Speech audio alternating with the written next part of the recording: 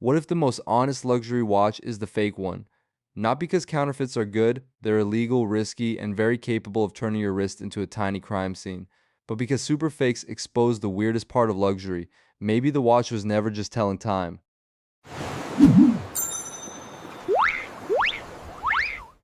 Hi there. Today we're putting three things into the same velvet box: the real premium watch, the super fake, and the very fragile little ego that somehow lives between the lugs. And the question is uncomfortable on purpose. If a fake watch can fool almost everyone for the first 5 seconds, what exactly is the real one proving? First, the fake wins one very specific contest from across a dinner table. The fake might win. The steel looks shiny, the bezel looks serious, the bracelet has that little I might own a boat or at least a very confident sweater energy, and for a lot of people, that is the whole fantasy, not watchmaking, not heritage.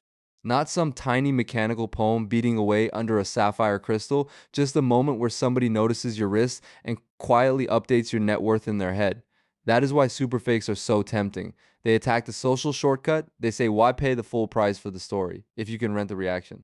And honestly, luxury brands helped create that problem. When certain watches stop feeling like objects and start feeling like membership cards, people start asking membership card questions.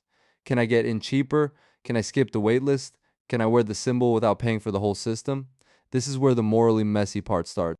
Because a real premium watch is not automatically noble, some buyers are not collecting craft, they're collecting permission to be looked at, and a fake watch weirdly tells the truth about that. It says the flex was always part of the product.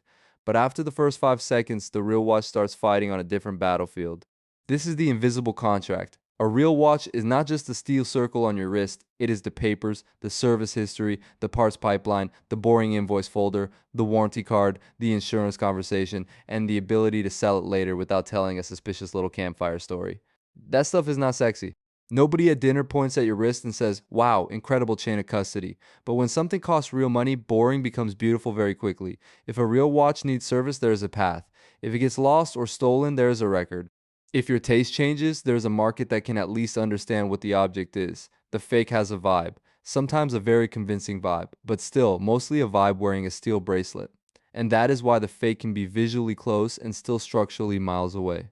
It copies the face, but not the contract. Then comes the part that sounds silly until you feel it.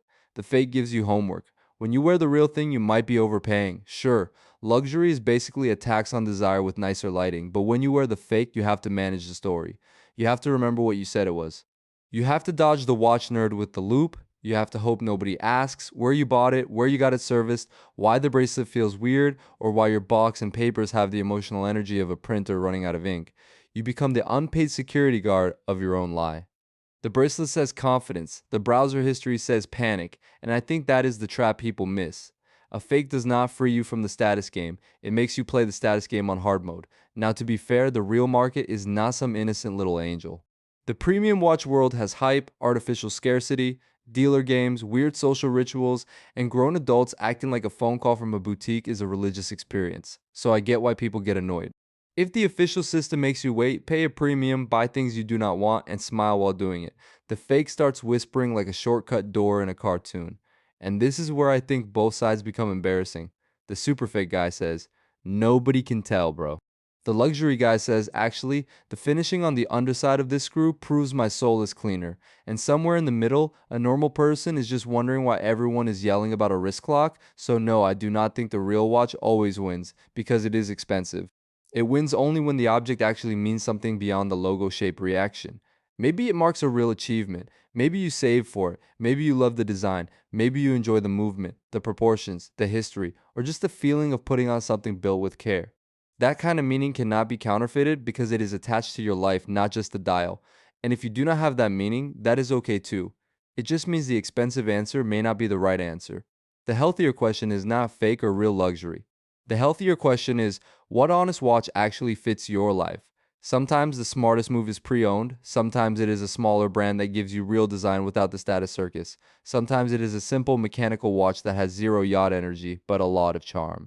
Sometimes it is a basic digital watch because honestly, if the person wearing it is cool, the watch somehow becomes cool too. That is the part luxury marketing does not want to admit. The logo cannot carry the whole personality. If the watch has to do all the work, the wrist is in trouble. And if the only reason you want the super fake is to collect the reaction, then the reaction owns you. That is not luxury. That is renting someone else's opinion by the hour. So here's the messy verdict. Do not buy the super fake. Not because every real watch buyer is morally pure. Please. Some of these people are one sweater away from a yacht club argument. Do not buy it because the fake does not solve the status game. It hides you deeper inside it. But also, do not let luxury marketing hypnotize you. A real premium watch is not automatically wise just because the price tag walks in wearing a crown. Real can still be overpriced. Real can still be hype. Real can still be a very expensive way to ask strangers to please clap.